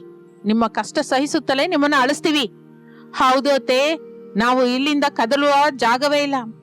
ನಾವು ಮಾಡಿದ ತಪ್ಪನ್ನು ಒಪ್ಕೊಂಡಿದೀವಲ್ಲ, ನೀವು ಮಾಡಿದ ತಪ್ಪನ್ನು ಕೂಡ ನೀವು ಒಪ್ಕೊಂಡ್ರಲ್ಲ. ಇನ್ನು ಯಾರು ಯಾರನ್ನು ಏನು ಅನ್ನಲಿಕ್ಕೆ ಆಗೋದೇ ಇಲ್ವಲ್ಲ. ಹೀಗೆ ಒಬ್ಬರ ಮೇಲೆ ಒಬ್ಬರು ಅರಚಿಕೊಳ್ಳುತ್ತಾ, ಒಬ್ಬರ ಭಂಡಾರ ಒಬ್ಬರು ಹೊರಗೆ ಹಾಕಿಕೊಳ್ಳುತ್ತಾ ಕೆಲವು ಗಂಟೆಗಳ ಹೊತ್ತು ಆ ಮಾಯಾಲು ಮನೆಯಲ್ಲಿ ದೊಡ್ಡ ಯುದ್ಧವೇ ಮಾಡುತ್ತಾರೆ. ಅವರವರ ನಿಜವನ್ನು ಅವರು ಕಕ್ಕಿದ ನಂತರ ಎಲ್ಲರಿಗೂ ನಿಧಾನವಾಗಿ ಮಾಯಾ ಹಾಲು ಪ್ರಭಾವ ಕಡಿಮೆಯಾಗುತ್ತದೆ. ಒಬ್ಬರ ಮುಖವನ್ನೊಬ್ಬರು ನೋಡ್ಕೋತಾರೆ. ಅಲ್ಲಿವರೆಗೂ ಕಪಟವಾಗಿ ಬಚ್ಚಿಟ್ಟುಕೊಂಡ ಕೋಪ, ಅಸೂಯೆಗಳು ಎಲ್ಲವೂ ಮಾತಿನ ರೂಪದಲ್ಲಿ ಹೊರಗೆ ಬಂದಿದ್ದರಿಂದ ಎಲ್ಲರ ಮನಸ್ಸು ಒಂದೇ ಸಲಕ್ಕೆ ತಿಳಿಯಾಗುತ್ತದೆ. ಮನಸ್ಸಿನಲ್ಲಿ ಯಾವ ಭಾರವೂ ಇಲ್ಲದೆ ಒಂದು ಪ್ರಶಾಂತತೆ ಆವರಿಸುತ್ತದೆ. ನೋಡಿದ್ರಾ, ನಮ್ಮ ಮನೆಯಲ್ಲಿ ಇಷ್ಟು ಕಾಲುಷ್ಯ ಬಚ್ಚಿಟ್ಕೊಂಡು ಇಷ್ಟು ದಿನ ಒಗ್ಗಟ್ಟಾಗಿ ಬದುಕ್ತಾ ಇದ್ದೀವಿ. ನಿಮ್ಮನ್ನ ನಾನು ಸೊಸೆಯರ ಹಾಗೆ ನೋಡದೆ, ಕೆಲಸದವರ ಹಾಗೆ ನೋಡದೆ. ನೀವು ನನ್ನನ್ನ ಅತ್ತೆ ಹಾಗಲ್ಲದೆ ಶತ್ರು ಹಾಗೆ ನೋಡಿದ್ರಿ. ಹೌದು ಅತ್ತೆ, ನಮ್ಮನ್ನು ಕ್ಷಮಿಸ್ಬಿಡಿ. ನಾನು ಮನೆ ಜವಾಬ್ದಾರಿ ತಗೋತೀನಲ್ಲ ಅಂತ ಸ್ವಲ್ಪ ಗರ್ವಪಟ್ಟೆ. ನಿಮ್ಮ ಮೇಲಿನ ಕೋಪದಿಂದ ಆ ಕರಿಯಲ್ಲಿ ಉಪ್ಪು ಹಾಕದೆ. ಈಗ ನನಗೆ ಅರ್ಥವಾಗ್ತಿದೆ ನಾನು ಎಷ್ಟು ದೊಡ್ಡ ತಪ್ಪು ಮಾಡಿದೆ ಅಂತ. ನಾನು ಕೂಡ ಸುಳ್ಳು ಹೇಳಿ ನಿಮ್ಮನ್ನು ಬಹಳ ಮೋಸ ಮಾಡಿದೆ ಅತ್ತೆ. ದೇವರ ಪ್ರಸಾದದ ವಿಷಯದಲ್ಲಿ ಹಾಗೆ ಮಾಡಬಾರದು. ನನ್ನ ಸೋಮಾರಿತನದಿಂದ ನಾನು ಹಾಗೆ ಮಾಡಿದೆ. ಇನ್ನು ಮೇಲಿಂದ ನಿಜವಾಗಿಯೂ ಬೆಳಿಗ್ಗೆ ಎದ್ದು ನಿಮಗೆ ಸಹಾಯ ಮಾಡ್ತೀನಿ. ನನ್ನನ್ನು ಕೂಡ ಕ್ಷಮಿಸ್ಬಿಡಿ ಅತ್ತೆ. ಆರೋಗ್ಯವಾಗಿದ್ರು ಕೂಡ ಕಾಯಿಲೆ ಇರೋ ಹಾಗೆ ನಟಿಸಿ ನಿಮ್ಮ ಕೈಯಿಂದ ಸೇವೆ ಮಾಡಿಸ್ಕೊಂಡೆ. ನನಗಿಂತ ಪರಮ ದುರ್ಮಾರ್ಗಗಳು ಯಾರು ಇರೋದಿಲ್ಲ. ಇನ್ನು ಮೇಲಿಂದ ನನ್ನ ಕೆಲಸ ನಾನೇ ಮಾಡ್ಕೋತೀನಿ. ಅಷ್ಟೂ ಅಲ್ಲದೆ ಮನೆ ಕೆಲಸ ಕೂಡ ನಾನೇ ಮಾಡ್ತೀನಿ. ಅಮ್ಮ, ನಾವು ಕೂಡ ನಮ್ಮ ಹೆಂಡತಿಯರಿಗೆ ಯಾವಾಗಲೂ ಸಹಾಯ ಮಾಡಿಲ್ಲ. ಅವ್ರ ಕಷ್ಟನ ಅರ್ಥ ಮಾಡ್ಕೊಂಡಿಲ್ಲ. ಇನ್ ಮೇಲಿಂದ ಹಾಗೆ ಆಗೋದಿಕ್ಕಾಗಲ್ಲ. ಹೌದಮ್ಮ, ಮನೆ ಅಂದ್ರೆ ಎಲ್ರದ್ದು ಅಲ್ವಾ. ಎಲ್ರೂ ಒಂದೊಂದು ಕೈ ಹಾಕಿ ಕೆಲಸ ಮಾಡೋಣ. ನಂದು ತಪ್ಪು ಕಣೆ ಶಾರದಾ. ನಿಮ್ಮ ಅತ್ತೆ ಸೊಸೆರ ಜಗಳದಲ್ಲಿ ನಾನು ತಲೆ ಹಾಕದೆ ಓಡಿ ಹೋಗ್ಬೇಕು ಅಂದ್ಕೊಂಡೆ. ಮನೆಯ ದೊಡ್ಡವನಾಗಿ ನಾನು ಕೂಡ ಜವಾಬ್ದಾರಿ ವಹಿಸಲಿಲ್ಲ. ಆದರೆ ಆ ಸುಬ್ಬರಾವ್ ದುಡ್ಡು ಮಾತ್ರ ನೀನು ನನಗೆ ತಿರುಗಿ ಕೊಡ್ಲೇಬೇಕಾಗಿತ್ತು. ಹಾಗೆ ಕೊಡ್ತೀನಿ ಬಿಡಿ. ನಿಮ್ಮ ಎಲ್ಲರ ನಿಜವನ್ನು ಕೇಳಿದ ನಂತರ ನನಗೇನು ಕೋಪ ಬರ್ಲಿಲ್ಲ, ಬಲೆ ನಗು ಬರುತ್ತೆ. ನಮ್ಮ ತಪ್ಪು ನಾವು ತಿಳಿದುಕೊಂಡ್ರೆ ಎಷ್ಟು ಹಾಯಾಗಿರುತ್ತೋ ಆ ದೇವತೆ ಕೊಟ್ಟ ಈ ಮಾಯಾ ಹಾಲು ಮನೆಯಿಂದ ನಮಗೆ ತಿಳಿತಲ್ವೇನ್ರಿ. ಹೌದು ಅತ್ತೆ, ನಾವು ಒಬ್ಬರ ಮನಸ್ಸನ್ನು ಒಬ್ಬರು ಅರ್ಥ ಮಾಡಿಕೊಳ್ಳದೆ ಸುಮ್ನೆ ಅಪಾರ್ಥ ಮಾಡ್ಕೊಂಡ್ವಿ. ಇನ್ನು ಮೇಲಿಂದ ಹೊರಗೆ ಹೋದ ಮೇಲೆ ನಾವು ಈ ಜಗಳವನ್ನೆಲ್ಲ ಮರೆತು ಹೋಗಿ ಹೊಸದಾಗಿ ಜೀವನವನ್ನು ಶುರು ಮಾಡೋಣ. ಮತ್ತೆ ಈ ಮಾಯಾ ಹಾಲು ಮನೆಯ ವಿಷಯ ಏನು ಅತ್ತೆ? ಮತ್ತೆ ಯಾವಾಗಲಾದ್ರೂ ಜಗಳ ಬಂದ್ರೆ ಹಾಲು ತಿಂದು ನಿಜ ಕಕ್ಕೋಣ. ಬೇಡಮ್ಮ ತಾಯಿ, ಇನ್ನು ಹಾಲು ಬೇಡ, ನಿಜನೂ ಬೇಡ. ನಾವು ಒಬ್ಬರಿಗೊಬ್ರು ನಿಜಾಯಿತಿಯಿಂದ ಇದ್ರೆ ಈ ಮಾಯಾ ಹಾಲು ಮನೆಯ ಅಗತ್ಯವೇ ಇರೋದಿಲ್ಲ ನಮಗೆ. ಹೀಗೆ ಅತ್ತೆ, ಮೂವರು ಸೊಸೆಯರು, ಮಕ್ಕಳು, ಮಾವನವರು ಎಲ್ರು ತಮ್ಮ ಮನಸ್ಸಿನಲ್ಲಿರುವ ಕಲ್ಮಶವನ್ನೆಲ್ಲ ಆ ಮಾಯಾ ಹಾಲು ಮನೆಯಲ್ಲೇ ಬಿಡುತ್ತಾರೆ. ಆ ಮನೆಯಿಂದ ಹೊರಗೆ ಬರುತ್ತಲೇ ಆ ಮಾಯಾ ದ್ವಾರ ಅದೃಶ್ಯವಾಗಿ ಹೋಗುತ್ತದೆ. ಆ ದೇವತೆ ಅವರ ಮಧ್ಯೆ ಇರುವ ಜಗಳವನ್ನು ತೀರಿಸಲಿಕ್ಕೆ ಆ ಮಾಯಾ ಮನೆ ಮಾಡಿದೆ ಎಂದು ಅವರಿಗೆ ಅರ್ಥವಾಗುತ್ತದೆ. ಆ ದಿನದಿಂದ ಊರಿನಲ್ಲಿ ಶಾರದಾಳ ಮನೆ ಪ್ರಶಾಂತವಾಗಿ ನಗುವಿನಿಂದ ತುಂಬಿ ಹೋಗುತ್ತದೆ. ಮೂವರು ಸೊಸೆಯರು ತಮ್ಮ ಕೆಲಸಗಳನ್ನು ಹಂಚಿಕೊಂಡು ಅತ್ತೆಯನ್ನು ಪ್ರೇಮದಿಂದ ನೋಡಲಿಕ್ಕೆ ಶುರು ಮಾಡುತ್ತಾರೆ. ಮಕ್ಕಳು ಕೂಡ ಹೆಂಡತಿ ಸಹಾಯ ಮಾಡುತ್ತಾ ಸಂತೋಷದಿಂದ ಇರುತ್ತಾರೆ. ಇದು ಇಂದಿನ ಕತೆ. ಮತ್ತೊಂದು ಆಸಕ್ತಿಕರ ಕತೆ ಜೊತೆ ಮತ್ತೆ ಸೇರೋಣ. ಅಲ್ಲಿಯವರೆಗೂ ವಿರಾಮ. ನಮಸ್ತೆ. ಚಂದ್ರಾಪುರ ಗ್ರಾಮದಲ್ಲಿ ಶಾರದಾ ಪ್ರಸಾದ್ ದಂಪತಿಗಳಿರ್ತಾ ಇದ್ರು. ಅವರಿಗೆ 3 ಮಕ್ಕಳು, ರಮೇಶ್, ಸುರೇಶ್, ಅರುಣ್. ಮೂವರು ವಿದೇಶಗಳಲ್ಲಿ ಚೆನ್ನಾಗಿ ಓದಿಕೊಂಡು ಅಲ್ಲಿಯೇ ಕೆಲಸ ಮಾಡಿಕೊಳ್ಳುತ್ತಾ ಅಲ್ಲಿಯೇ ಮದುವೆ ಮಾಡ್ಕೊಂಡಿರ್ತಾರೆ. ದೊಡ್ಡ ಸೊಸೆ ಅನಾಮಿಕಾ ಅಮೆರಿಕದಲ್ಲಿ ಬೆಳೆದವಳು. ಎರಡನೇ ಸೊಸೆ ಅವನೇ ಲಂಡನ್ ನಲ್ಲಿ ಓದಿರುತ್ತಾಳೆ. ಮೂರನೇ ಸೊಸೆ ಅಂಜಲಿ ಆಸ್ಟ್ರೇಲಿಯಾದಲ್ಲಿರ್ತಾ ಇದ್ಲು. ಬಹಳ ವರ್ಷಗಳ ನಂತರ 3 ಮಕ್ಕಳು ತಮ್ಮ ಫಾರಿನ್ ಸೊಸೆಯರ ಜೊತೆ ಸೇರಿ ಹಳ್ಳಿಗೆ ಬರ್ತಾ ಇದ್ದಾರೆ ಎಂದು ತಿಳಿದು ಶಾರದಾ ಪ್ರಸಾದರು 1000 ಕಣ್ಣಿನಿಂದ ಎದುರು ನೋಡ್ತಾ ಇರ್ತಾರೆ. ಒಂದು ದಿನ ಮನೆ ಮುಂದೆ ಜಗಲಿ ಮೇಲೆ ಪ್ರಸಾದ್ ಕೂತಿರುತ್ತಾನೆ. ಶಾರದಾ ಆತುರತೆಯಿಂದ ಆ ಕಡೆ ಈ ಕಡೆ ತಿರುಗ್ತಾ ಇರ್ತಾಳೆ. ಏನು ಅಂದ್ರೆ, ಕಾರ್ ಬರೋ ಟೈಮ್ ಆತಲ್ಲ, ಇನ್ನೂ ಯಾಕೆ ಬಂದಿಲ್ಲ? ನಿಜಕ್ಕೂ ದಾರಿ ಸರಿಯಾಗಿ ಗೊತ್ತಿದ್ಯಾ, ಇಲ್ಲ ದಾರಿ ತಪ್ಪಿ ಹೋದ್ರ? ಅಬ್ಬಬ್ಬಾ, ನಿಲ್ಲು ಶಾರದಾ, ನಿನ್ನ ಗಾಬರಿ ನೋಡಲಾರ್ದೆ ಹೋಗ್ತಾ ಇದ್ದೀನಿ. ಅವ್ರು ಬರೋದು ಎತ್ತಿನ ಗಾಡಿ ಮೇಲಲ್ಲ, ಗೂಗಲ್ ಮ್ಯಾಪ್ಸ್ ಹಾಕೊಂಡು ಕಾರಲ್ಲೇ ಬರ್ತಾ ಇದ್ದಾರೆ. ಅವರು ದಾರಿ ತಪ್ಪು ಅವಕಾಶವೇ ಇಲ್ಲ ಹೊರತು ನೀನ್ ಸ್ವಲ್ಪ ಆರಾಮಾಗಿ ಕೂತ್ಕೋ. ನನ್ನ ಮಕ್ಕಳು ಸೊಸೆಯರು ಬರ್ತಾ ಇದ್ದಾರೆ ಅಂತೆ ಅಷ್ಟು ಮಾತ್ರ ಗಾಬರಿ ಇರಲ್ವಾ ಏನೋ? ನನ್ನ ಸೊಸೆಯರು ಫಾರಿನ್ ಇಂದ ಬರ್ತಾ ಇದ್ದಾರೆ. ಅವರಿಗೆ ನಮ್ಮ ಹಳ್ಳಿಯ ಪದ್ಧತಿ ಹಿಡ್ಸುತ್ತೋ ಇಲ್ವೋ ಅಂತ ಭಯವಾಗ್ತಾ ಇದ್ದೀರಿ. ಆ ಭಯ ನಂಗೂ ಕೂಡ ಇದೆ ಬಿಡು. ಅವರು ಅಲ್ಲಿ ಪಿಜ್ಜಾ ಬರ್ಗರ್ ತಿಂದು ಬೆಳೆದವರು. ನಿನ್ನ ಕೈಯ ಉಪ್ಪಿನಕಾಯಿ ಪಪ್ಪು ತಿಂತಾರೋ ಇಲ್ವೋ, ಅಲ್ಲ ಮುಖದ ಮೇಲೆ ಉಗಿತಾರೋ ಏನೋ ಅಂತ ನಂಗೂ ಭಯವಾಗ್ತಾ ಇದೆ. ಛೀ, ಸುಮ್ನೆ ರೀ. ಶುಭ ಅಂತ ಮಕ್ಕಳು ಮನೆಗ್ ಬರ್ತಾ ಇದ್ರೆ ಅಪಶಕನದ ಮಾತುಗಳು. ನನ್ನ ಸೊಸೆಯರು ಬಂಗಾರದ ಹಾಗಿರ್ತಾರೆ ನೋಡಿ. ಅಷ್ಟರಲ್ಲಿಯೇ ಮನೆಯ ಮುಂದೆ 3 ದೊಡ್ಡ ದೊಡ್ಡ ಕಾರುಗಳು ಬಂದು ನಿಲ್ಲುತ್ತದೆ. ಕಾರಿನಿಂದ ರಮೇಶ್, ಸುರೇಶ್, ಅರುಣ್ ಇಳಿಯುತ್ತಾರೆ. ಅವರ ಹಿಂದೆ ಸ್ಟೈಲಿಶ್ ಆಗಿ ಕನ್ನಡಕ ಹಾಕಿಕೊಂಡು ಮಾಡರ್ನ್ ಡ್ರೆಸ್ಸಿನಲ್ಲಿ ಅನಾಮಿಕಾ, ಅವನಿ, ಅಂಜಲಿ ಕೂಡ ಇಳಿಯುತ್ತಾರೆ. ಅವರನ್ನು ನೋಡುತ್ತಲೇ ಶಾರದಳ ಮುಖ ಬೆಳಗಿ ಹೋಗುತ್ತೆ. ಆದರೆ ಪ್ರಸಾದ್ ಮಾತ್ರ ಅವರ ವೇಷಧಾರಣೆ ನೋಡಿ ಮೂಗಿನ ಮೇಲೆ ಬೆರಳಿಡ್ತಾನೆ. ಅನಾಮಿಕಾ ಕಾರಿನಿಂದ ಇಳಿಯುತ್ತಲೇ, ಓ ದೇವರೇ, Ramesh, what is this smell? ಇಲ್ಲಿ ಎಲ್ಲ ಡಸ್ಟ್ ಹೆಚ್ಚಾಗಿದೆ, ನನಗೆ ಸ್ಕಿನ್ ಅಲರ್ಜಿ ಆಗುತ್ತೆ. ಅನಾಮಿಕಾ, ಇದು ಹಳ್ಳಿ ಅಲ್ವಾ, ಮಣ್ಣಿನ ವಾಸನೆ ಹಾಗೆ ಇರುತ್ತೆ, ಅಡ್ಜಸ್ಟ್ ಆಗ್ಬೇಕು ಡಾರ್ಲಿಂಗ್. ಸುರೇಶ್, ಇಲ್ಲಿ ವೈಫೈ ಸಿಗ್ನಲ್ ಫುಲ್ ಆಗಿರುತ್ತಾ? ನಾನು ನನ್ನ ಕ್ಲೈಂಟ್ಗೆ ಅರ್ಜೆಂಟ್ ಆಗಿ ಮೇಲ್ ಹಾಕ್ಬೇಕು. ಸಿಗ್ನಲ್ ಇಲ್ದೇ ಇದ್ರೆ ನಾನು ಒಂದು ಕ್ಷಣ ಕೂಡ ಇರಲ್ಲ. ಇರುತ್ತೆ ಕಣೆ ಅವನಿ, ಒಳಗಡೆ ಹೋಗೋಣ ಬಾ ಮೊದ್ಲು. ಅರುಣ್, ಇಲ್ಲಿ ಸೂರ್ಯ ಇಷ್ಟು ಬ್ರೈಟ್ ಆಗಿರ್ತಾನೆ ಅಂತ ನೀನ್ ಹೇಳಲೇ ಇಲ್ಲ. ನನ್ನ ಸನ್ಸ್ಕ್ರೀನ್ ಲೋಷನ್ ಬ್ಯಾಗ್ ಅಲ್ಲೇ ಉಳ್ದೋಯ್ತು. ಬಾ ಅಂಜಲಿ, ಅಮ್ಮ ಅಪ್ಪ ನಮ್ಗಾಗಿ ಎದುರು ನೋಡ್ತಾ ಇದ್ದಾರೆ. ಇನ್ನು ಹಾಗೆ ಅನ್ನುತ್ತಲೇ 3 ಸೊಸೆಯರು ಅಯಿಷ್ಟದಿಂದಲೇ ಲಗೇಜ್ ತೆಗೆದುಕೊಂಡು ಮನೆಯೊಳಗೆ ಕಾಲಿಡುತ್ತಾರೆ. ಶಾರದಾ ಆನಂದದಿಂದ ಆರತಿ ತಟ್ಟೆಯನ್ನು ತರ್ತಾಳೆ. ಬನ್ನಿ ಮಕ್ಕಳೇ, ಬನ್ನಿ. ಹುಡುಗಿರೇ ಈ ಕಡೆ ಬನ್ರಿ ಅಮ್ಮ, ನಿಮ್ಗೆ ದೃಷ್ಟಿ ತೆಗಿತೀನಿ. ವಾಟ್ ದೃಷ್ಟಿ ಅಂದ್ರೆ ಏನತ್ತೆ? ಆ ಬೆಂಕಿನ ನನ್ ಮುಖದ ಮೇಲೆ ಹಾಕ್ತೀರಾ? No no no no, please don't do that aunty. ಅಯ್ಯೋ ಇಲ್ಲಮ್ಮ, ಇದು ನಮ್ಮ ಆಚಾರ. ನಿಮ್ಮ ಮೇಲಿನ ಕೆಟ್ಟ ದೃಷ್ಟಿ ಹೋಗ್ಬೇಕು ಅಂತ ಹೀಗೆ ಕೆಂಪು ನೀರು ಆರತಿ ತಿರುಗಿಸ್ತೀನಮ್ಮ, ಭಯಪಡ್ಬೇಡಮ್ಮ ತಾಯಿ. ಓ ಗಾಡ್, ಇದು ಬಹಳ ಅನ್ಸೈಂಟಿಫಿಕ್ ಆಗಿದೆ. ಆದ್ರೂ ಪರವಾಗಿಲ್ಲ, ನಡೆಸ್ರಿ. ಆದ್ರೆ ಫಾಸ್ಟ್ ಆಗಿ ಮಾಡಿ aunty please.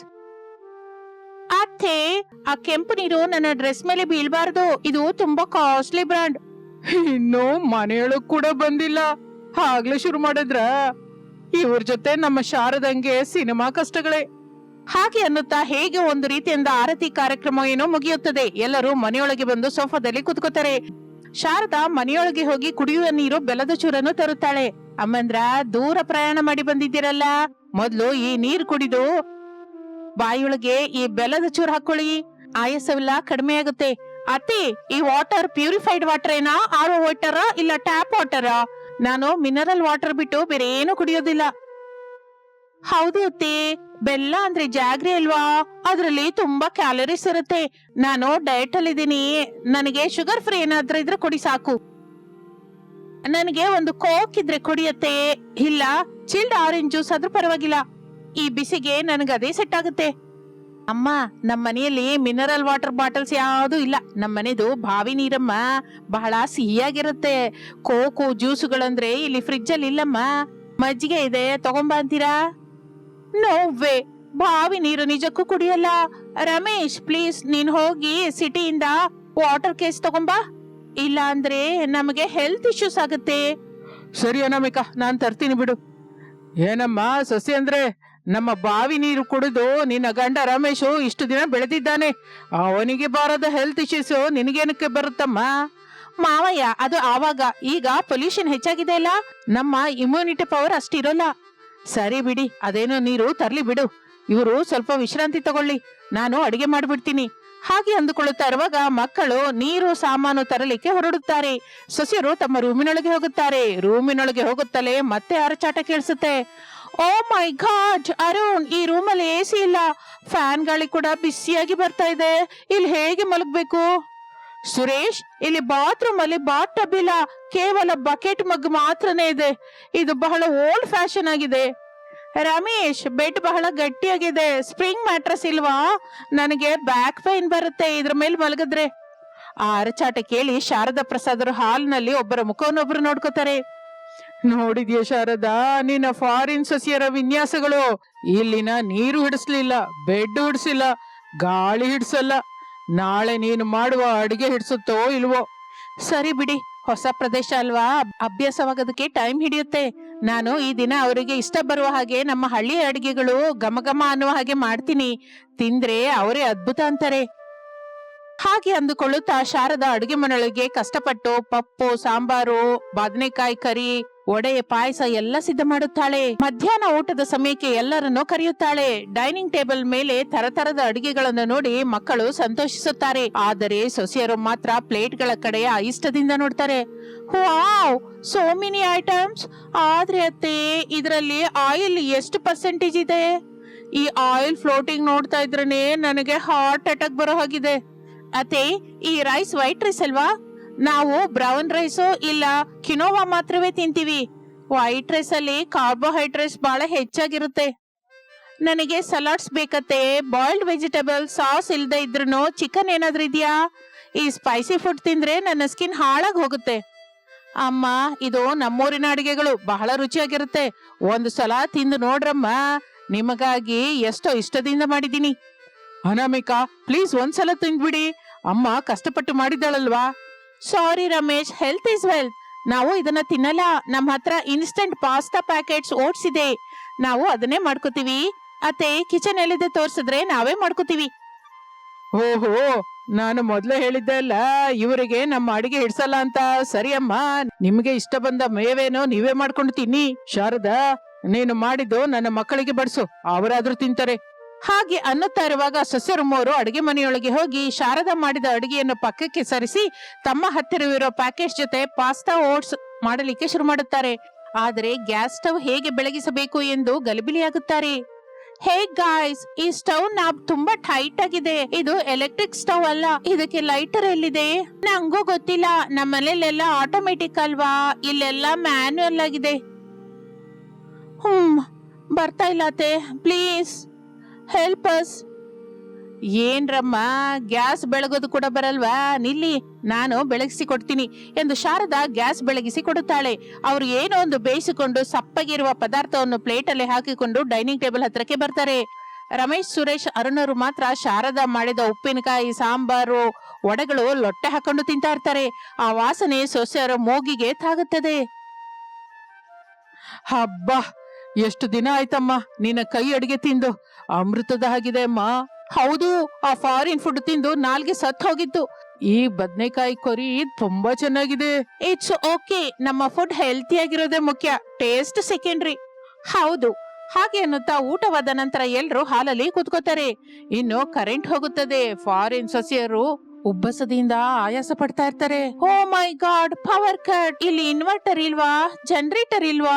How can we survive? ಇದು ಹಳ್ಳಿಯಮ್ಮ ತಾಯಿ. ಇಲ್ಲಿ ಕರೆಂಟ್ ಯಾವಾಗ ಬರುತ್ತೋ ಯಾವಾಗ ಹೋಗುತ್ತೋ ಆ ದೇವರಿಗೆ ಗೊತ್ತಿಲ್ಲ. ಹೊರಗಡೆ ಜಗಲಿ ಮೇಲೆ ಮಂಚಗಳ ಹಾಕ್ತೀನಿ, ಅಲ್ಲಿ ಹೋಗಿ ಮಲ್ಕೊಳ್ಳಿ, ತಣ್ಣನೆ ಗಾಳಿ ಬರುತ್ತೆ. ನೋ ವೇ, ಹೊರಗಡೆ ಮಸ್ಕಿಟೋಸ್ ಇರುತ್ತೆ, ನಾನು ಹೊರಗೆ ಮಲಗಲ್ಲ. ಅಮ್ಮ, ಒಳಗಡೆ ಇದ್ರೆ ಬೆಂದ್ ಹೋಗ್ತೀರಾ. ಹೊರಗಡೆ ಬೇವಿನ ಮರದ ಗಾಳಿ ಹಾಯಾಗಿರುತ್ತೆ, ನಾನು ಸೊಳ್ಳೆ ಪರ್ದೆ ಕಟ್ತೀನಿ, ಬನ್ನಿ. ಇನ್ನು ಗತ್ಯಂತರವಿಲ್ಲದೆ ಸೊಸೆಯರು ಹೊರಗಡೆ ಜಗಲಿಗೆ ಬರುತ್ತಾರೆ. ಅಲ್ಲಿ ಮಕ್ಕಳು ಆಗಲೇ ಲುಂಗಿಗಳು ಉಟ್ಕೊಂಡು ಬನಿಯನ್ ಮೇಲೆ ಹಾಯಾಗಿ ಮಲಗಿರ್ತಾರೆ. ಆಕಾಶದಲ್ಲಿ ನಕ್ಷತ್ರಗಳು ಮಿಂಚ್ತಾ ಇರುತ್ತೆ. ವಾವ್, ಸ್ಕೈ ಎಷ್ಟು ಕ್ಲಿಯರ್ ಆಗಿದೆ. ಸಿಟಿಯಲ್ಲಿ ಇಷ್ಟು ಸ್ಟಾರ್ಸ್ ಯಾವಾಗ್ಲೂ ನೋಡಿಲ್ಲ. ನೋಡಿದ್ರಮ್ಮ, ನಮ್ಮ ಹಳ್ಳಿಯ ದೊಡ್ಡತನ ಅಂದ್ರೆ ಅದೇ, ಕಾಲುಷ್ಯವಿರಲ್ಲ. ಈಗ ಹೇಳಿ, ನೀವು ಜಿಮ್ ಬಗ್ಗೆ ಏನೋ ಕೇಳ್ತಾ ಇದ್ದೀರಲ್ಲ? ಹೌದು ಅತ್ತೆ, ನಾಳೆ ಮಾರ್ನಿಂಗ್ ವರ್ಕೌಟ್ಸ್ ಎಲ್ಲ ಮಾಡ್ಬೇಕು. ಹತ್ತಿರದಲ್ಲಿ ಯಾವ್ದಾದ್ರು ಜಿಮ್ ಇದೆಯಾ? ನಾವು ಟ್ರೆಡ್ಮಿಲ್ ಮೇಲೆ ರನ್ ಮಾಡ್ಬೇಕು. ಜಿಮ್ಮ? ನಮ್ಮೂರಲ್ಲಿ ಜಿಮ್ ಎಲ್ಲಿದೆ ಅಮ್ಮ? ಹೊಲದ ಕೆಲ್ಸವೇ ನಮಗೆ ಜಿಮ್ಮು. ಅಮ್ಮ ಅನಾಮಿಕಾ, ನೀವು ಭಾರ ಇಳಿಸೋದಕ್ಕೆ, ಫಿಟ್ ಆಗಿರೋದಕ್ಕೆ ಅಲ್ವಾ ಜಿಮ್ಗಳನ್ನ ಉಪಯೋಗಿಸೋದು. ನಾಳೆ ಬೆಳಿಗ್ಗೆ ಹೇಳ್ತಲೇ ನಮ್ಮ ಹಿತ್ತಲಿನಲ್ಲಿ ಬಾವಿಯಿಂದ ನೀರ್ ಸೇದಿ, ಆಮೇಲೆ ಕಲ್ಲಿನಲ್ಲಿ ಮಸಾಲೆ ಅರಿರಿ, ಆಮೇಲೆ ಬೀಸೋ ಕಲ್ಲಲ್ಲಿ ಅಕ್ಕಿ ಬೀಸಿ. ಅದೇ ದೊಡ್ಡ ಜಿಮ್ಮು. ನಿಮ್ಮ ಫಾರಿನ್ ಜಿಮ್ ಗಿಂತ ಡಬಲ್ ರಿಸಲ್ಟ್ ಬರುತ್ತೆ. ವಾಟ್, ಬಾವಿಲಿ ನೀರ್ ಸೇದದ? ಅದು ಬಹಳ ಕಷ್ಟ ಅಲ್ವಾ? ಜಿಮ್ ಅಲ್ಲಿ ಭಾರ ಎತ್ತೋದು ಮಾತ್ರ ಕಷ್ಟವಲ್ವಾ ತಾಯಿ, ಇದು ನ್ಯಾಚುರಲ್ ವರ್ಕೌಟ್. ನಾಳೆ ಟ್ರೈ ಮಾಡಿ. ಇನ್ನು ಹಾಗೆ ಅಂದುಕೊಳ್ಳುತ್ತಾ ಅವರು ತಣ್ಣನೆಯ ಗಾಳಿಗೆ ಆಕಾಶದ ಕಡೆ ನೋಡುತ್ತಲೇ ತಿಳಿಯದೆ ಸೊಸೆಯರು ಮಲಗಿ ಬಿಡುತ್ತಾರೆ. ಬೆಳಿಗ್ಗೆ ಕೋಳಿ ಕೂಗಿಗೆ ಶಾರದಾ ನಿದ್ರೆಯಿಂದ ಏಳುತ್ತಾಳೆ. ಸೊಸೆಯರನ್ನು ಕೂಡ ಎಬ್ಬಿಸುತ್ತಾಳೆ. ಅಮ್ಮಂದ್ರ, ಹೇಳಿ ಹೇಳಿ, ಬೆಳಗಾಗಿದೆ. ಸೂರ್ಯೋದಯ ನೋಡಿ ಎಷ್ಟು ಚೆನ್ನಾಗಿದೆಯೋ. ಗುಡ್ ಮಾರ್ನಿಂಗ್ ಅತ್ತೆ. ರಾತ್ರಿ ಎಷ್ಟು ಚೆನ್ನಾಗಿ ನಿದ್ರೆ ಬಂತು. AC ಇಲ್ಲದೆ ಇಷ್ಟು ಚೆನ್ನಾಗಿ ನಿದ್ರೆ ಬರುತ್ತಾ ಅಂತ ಅನ್ಕೊಂಡಿರ್ಲಿಲ್ಲ. ಹೌದು, ಬ್ಯಾಕ್ ಪೈನ್ ಕೂಡ ಇಲ್ಲ. ಸರಿ ಬನ್ರಿ, ಈಗ ಜಿಮ್ ಟೈಮ್ ಅಲ್ವಾ? ಹಾಗೆ ಹೇಳಿ ಶಾರದಾ ಅವರನ್ನ ಹಿತ್ತಲಿಗೆ ಕರ್ಕೊಂಡು ಹೋಗ್ತಾಳೆ. ಬಾವಿಯೊಳಗಿಂದ ನೀರು ಹೇಗೆ ಸೇದಬೇಕೋ ತೋರಿಸುತ್ತಾಳೆ. ಮೊದಲು ಅನಾಮಿಕ ಪ್ರಯತ್ನಿಸುತ್ತಾಳೆ. ಕೈ ನೋವಾದರೂ ಒಂದು ಬಕೆಟ್ ನೀರು ಮೇಲೆ ಕೇಳಿಯುತ್ತಾಳೆ. ಅಮ್ಮಯ್ಯ, ಇದು ನಿಜವಾಗಿ ಟಫ್ ವರ್ಕೌಟ್ ಅತ್ತೆ. ನನ್ನ ಕೈಗಳು ಆಗ್ಲೇ ಟೈಟ್ ಆದಾಗೆ ಅನ್ಸುತ್ತೆ. Let me try. ಹೇಯ್, ಇದು ಫನ್ ಆಗಿ ಕೂಡ ಇದೆ. ನಾನು ಆ ಕಲ್ಲಲ್ಲಿ ರುಬ್ತೀನಿ ಎಂದು ಅವನಿ ಕಲ್ಲನ್ನು ತೆಗೆದುಕೊಂಡು ಚಟ್ನಿ ಅರಿಯಲಿಕ್ಕೆ ಶುರು ಮಾಡುತ್ತಾಳೆ. ಹಾಗೆ ಮೂವರು ಸಸ್ಯರು ಶಾರದಾ ಹೇಳಿದ ಹಾಗೆ ಕೆಲಸಗಳನ್ನು ಮಾಡುತ್ತಾ ಬೆವರು ಸುರಿಸುತ್ತಾರೆ. ಅವರಿಗೆ ತಿಳಿಯದೆ ಅದೊಂದು ಒಳ್ಳೆ ವ್ಯಾಯಾಮವಾಗುತ್ತದೆ. ಕೆಲಸ ಪೂರ್ತಿಯಾದ ಮೇಲೆ ಎಲ್ಲರೂ ಸುಸ್ತಾಗಿ ಜಗ್ಲಿ ಮೇಲೆ ಕುತ್ಕೋತಾರೆ. ಏನಮ್ಮ, ಜಿಮ್ ಕೆಲಸ ಚೆನ್ನಾಗಿದ್ಯಾ? ಇನ್ನು ಟ್ರೆಡ್ಮಿಲ್ ಬೇಕಾ? ಇಲ್ಲ ಮಾವಯ್ಯ, ಇದು ತುಂಬಾ ಚೆನ್ನಾಗಿದೆ, ಫ್ರೆಶ್ ಆಗಿ ಅನಿಸ್ತಾ ಇದೆ. ಸರಿ, ಈಗ ತುಂಬಾ ಹಸಿವಾಗಿದೆ ಅಲ್ಲ? ಈ ದಿನ ನಾನು ರಾಗಿ ಮುದ್ದೆ, ನಾಟಿ ಕೋಳಿ ಸಾರು ಮಾಡಿದ್ದೀನಿ. ಅದು ತಿಂದ್ರೆ ಬಲ ಬರುತ್ತೆ. ಈ ಓಟ್ಸು ಪಾಸ್ತಾ ನಿಮ್ಮನ್ನ ಬಲಹೀನವಾಗಿ ಮಾಡುತ್ತೆ. ಈ ಸಲವಾದ್ರೂ ತಿಂತೀರಾ, ಇಲ್ಲ ನಿಮ್ಮ ಫಾರಿನ್ ಮೇವೆ ತಿಂತೀರಾ? ಅತ್ತೆ, ಸ್ಮೆಲ್ ತುಂಬಾ ಚೆನ್ನಾಗಿದೆ, ನನಗೆ ಹಸುವೆ ಸಿಂತಾ ಇದೆ. ನೀವೇನ್ ಕೊಟ್ರೆ ಅದು ತಿಂತೀವಿ. ಹೌದು ಅತ್ತೆ, ಆ ಓಟ್ಸ್ ತಿಂದು ತಿಂದು ಬೋರ್ ಹೊಡೆಯುತ್ತೆ. ಈ ದಿನ ನಿಮ್ಮ ಕೈ ಅಡಿಗೆ ರುಚಿ ನೋಡ್ಲೇಬೇಕು. ಹಾಗೆ ಅನ್ನುತ್ತಲೇ ಶಾರದಾ ಸಂತೋಷದಿಂದ ಎಲ್ಲರಿಗೂ ಬಾಳೆ ಎಲೆ ಹರಡಿ ಬಿಸಿ ಬಿಸಿ ರಾಗಿ ಮುದ್ದೆ, ನಾಟಿ ಕೋಳಿ ಸಾರು ಹಾಕುತ್ತಾಳೆ. ಅನಾಮಿಕಾ, ಅವನಿ, ಅಂಜಲಿ ಮೊದಲು ಭಯಪಡುತ್ತಲೇ ತಿನ್ನುತ್ತಾರೆ. ಆದರೆ ಮೊದಲ ತುತ್ತು ಬಾಯೊಳಗೆ ಹಾಕುತ್ತಲೇ ಅವರ ಮುಖಗಳಲ್ಲಿ ಆಶ್ಚರ್ಯವಾಗುತ್ತೆ. ಓ ಮೈ ಗಾಡ್, ಇಷ್ಟು ಟೇಸ್ಟಿಯಾಗಿರುತ್ತಾ? ಅತ್ತೆ, you are a great cook. ಮಾವಯ್ಯ, ನೀವು ಹೇಳಿದ್ದು ನಿಜಾನೇ. ಇಷ್ಟು ದಿನವೂ ಇಷ್ಟು ಒಳ್ಳೆ ಫುಡ್ ಅನ್ನ ಮಿಸ್ ಆದ್ವಿ. ಇದು ತುಂಬಾ ಸ್ಪೈಸಿ ಆಗಿದ್ರು ತಿನ್ಬೇಕು ಅನ್ನಿಸ್ತಾ ಇದೆ. ರಮೇಶ್, ನಾವು ಇನ್ಮೇಲಿಂದ ದಿನವೂ ಇದನ್ನೇ ತಿನ್ನೋಣ. No more salads. ಅಮ್ಮಯ್ಯ, ಈಗ ದಾರಿಗೆ ಬಂದ್ರಿ. ಅಮ್ಮ ಕೈನ ಅಡಿಗೆ ರುಚಿ ತಿಳಿದ್ರೆ ಯಾರಾದ್ರೂ ದಾಸೋಹ ಅನ್ಲೇಬೇಕು. ನೋಡಿದ್ಯಾ ಶಾರದಾ, ನಿನ್ನ ಫಾರಿನ್ ಸಸ್ಯರು ಪಕ್ಕ ಹಳ್ಳಿ ಹುಡುಗಿಯರಾಗಿ ಬದಲಾಗಿ ಹೋಗಿದ್ದಾರೆ. ಬಾಳೆ ಎಲೆನೇ ನೆಗ್ತಾ ಇದ್ದಾರೆ. ಅವರು ಎಲ್ಲಿದ್ರು ನಮ್ಮ ಮಕ್ಕಳೇ. ಹೊಸದರಲ್ಲಿ ಅಭ್ಯಾಸವಿಲ್ಲದೆ ಹಾಗಂದ್ರು ಹೊರತು ನಮ್ಮ ಪ್ರೇಮ, ನಮ್ಮ ಆಚಾರದಲ್ಲಿರುವ ದೊಡ್ಡತನ ತಿಳಿದ್ರೆ ಯಾರಾದ್ರೂ ಬದಲಾಗ್ತಾರೆ. ಅತ್ತೆ, ಸಾರಿ, ನಾವು ಬಂದಾಗ ನಿಮ್ಗೆ ತುಂಬಾ ಕಷ್ಟ ಕೊಟ್ವಿ. ಮಿನರಲ್ ವಾಟರ್ ಅಂತ, AC ಅಂತ ಬಹಳ ಓವರ್ ಮಾಡಿದ್ವಿ. ಆದ್ರೆ ಇಲ್ಲಿ ಈ ನೇಚರ್, ಈ ಫುಡ್ ನಿಮ್ಮ ಪ್ರೇಮದ ಮುಂದೆ ಎಲ್ಲ ಚಿಕ್ಕದಾಗಿ ಅನ್ಸುತ್ತೆ. ಹೌದು ಅತ್ತೆ, ನಮ್ಮನ್ನ ನಿಮ್ಮ ಮಕ್ಕಳ ಹಾಗೆ ನೋಡ್ಕೊಂಡ್ರಿ. ನಿಮ್ಮ ಸಹನೆಗೆ ಹ್ಯಾಟ್ಸ್ ಆಫ್. ಮಾವಯ್ಯ, ನಾವು ಹೋಗುವಾಗ ನಿಮ್ಮ ಬಾವಿ ನೀರು, ಅತ್ತೆ ಮಾಡಿದ ಉಪ್ಪಿನಕಾಯಿ ಪ್ಯಾಕ್ ಮಾಡಿ ಕೊಡ್ಬೇಕು. ಅದಿಲ್ದೆ ಇದ್ರೆ ನಾವಲ್ಲಿ ಇರಲಾರೆವು. ತಪ್ಪದೆ ಕೊಡ್ತೀವಮ್ಮ. ನೀವು ಕೇಳಿದ್ರೆ ನಮ್ ಪ್ರಾಣ ಕೂಡ ಕೊಡಲ್ವಾ? ಪ್ರಾಣ ಏನಕ್ಕೆ ರೀ? ಈ ಪ್ರಶ್ನೆಗಳಿಂದ ಸಾಯಿಸ್ಬೇಡಿ ಸಾಕು. ಅನಾಮಿಕಾ, ನೀವು ಆನಂದವಾಗಿದ್ರೆ ಅದೇ ಸಾಕು. ಆ ದಿನದಿಂದ ಫಾರಿನ್ ಸೊಸೆಯರು ಪೂರ್ತಿಯಾಗಿ ಬದಲಾಗುತ್ತಾರೆ. ಸೀರೆಗಳನ್ನು ಉಟ್ಕೊಳ್ಳೋದನ್ನ ಕಲಿತಾರೆ. ಶಾರದಾಳ ಹತ್ರ ಅಡಿಗೆ ಕಲ್ತ್ಕೋತಾರೆ. ಹಳ್ಳಿಯ ಗಾಳಿಯನ್ನು, ಮನುಷ್ಯರನ್ನ ಪ್ರೇಮಿಸಲಿಕ್ಕೆ ಶುರು ಮಾಡುತ್ತಾರೆ. ರಜೆಗಳಾದ ನಂತರ ತಿರುಗಿ ಹೋಗುತ್ತಾ ಇದ್ದರೆ ಅವರ ಕಣ್ಣಲ್ಲಿ ನೀರು ಬರುತ್ತೆ. ಅತ್ತೆ, ಹೋಗ್ಬೇಕು ಅನ್ನಿಸ್ತಾನೆ ಇಲ್ಲ, ಮತ್ತೆ ಯಾವಾಗ ಬರ್ತೀವೋ ಅನ್ನಿಸ್ತಾ ಇದೆ. ಯಾವಾಗ ಬೇಕು ಅಂದ್ರೆ ಯಾವಾಗ ಬನ್ರಮ್ಮ, ಇದು ನಿಮ್ಮ ಮನೆ. ಜಾಗೃತಿಗೆ ಹೋಗ್ರಮ್ಮ. ಅಲ್ಲಿ ಮತ್ತೆ ಪಿಜ್ಜಾಗಳೆಲ್ಲ ತಿಂದು ಆರೋಗ್ಯ ಹಾಳು ಮಾಡ್ಕೋಬಿಡಿ. ನಿಜಕ್ಕೂ ತಿನ್ನಲ್ಲ ಮಾವಯ್ಯ. ನಾವು ರಾಗಿ ಹಿಟ್ಟು, ಜೋಳದ ಹಿಟ್ಟು ತಗೊಂಡ್ ಹೋಗ್ತಾ ಇದ್ದೀವಲ್ಲ, ಅಲ್ಲಿಗೆ ಹೋಗಿ ಅದೇ ಮಾಡ್ಕೊಂಡು ತಿಂತೀವಿ. ಹಾಗೆ ಎಲ್ಲರೂ ನಗುತ್ತಾರೆ. ಕಾರು ಕದಲುತ್ತದೆ. ಫಾರಿನ್ ಸಸ್ಯರು ಹಳ್ಳಿಯ ಜ್ಞಾಪಕಗಳ ಜೊತೆ ಅತ್ತೆಯ ಪ್ರೇಮದಿಂದ, ಭಾರವಾದ ಹೃದಯದಿಂದ ಬೀಳ್ಕೊಡುಗೆ ಹೇಳುತ್ತಾರೆ. ಶಾರದಾ ಪ್ರಸಾದರ ತೃಪ್ತಿಯಿಂದ ಅವರನ್ನು ಸಾಗ ಹಾಕುತ್ತಾರೆ. ಪದ್ಧತಿಗಳು ಬೇರೆಯಾದರೂ ಪ್ರೇಮವಿದ್ದರೆ ಯಾವ ಬಂಧವಾದರೂ ಒಂದಾಗುತ್ತದೆ ಎಂದು ಇದು ನಿರೂಪಿಸುತ್ತದೆ. ಇದು ಇಂದಿನ ಕತೆ. ಮತ್ತೊಂದು ಆಸಕ್ತಿಕರ ಕತೆ ಜೊತೆ ಮತ್ತೆ ಸೇರೋಣ. ನಮಸ್ತೆ.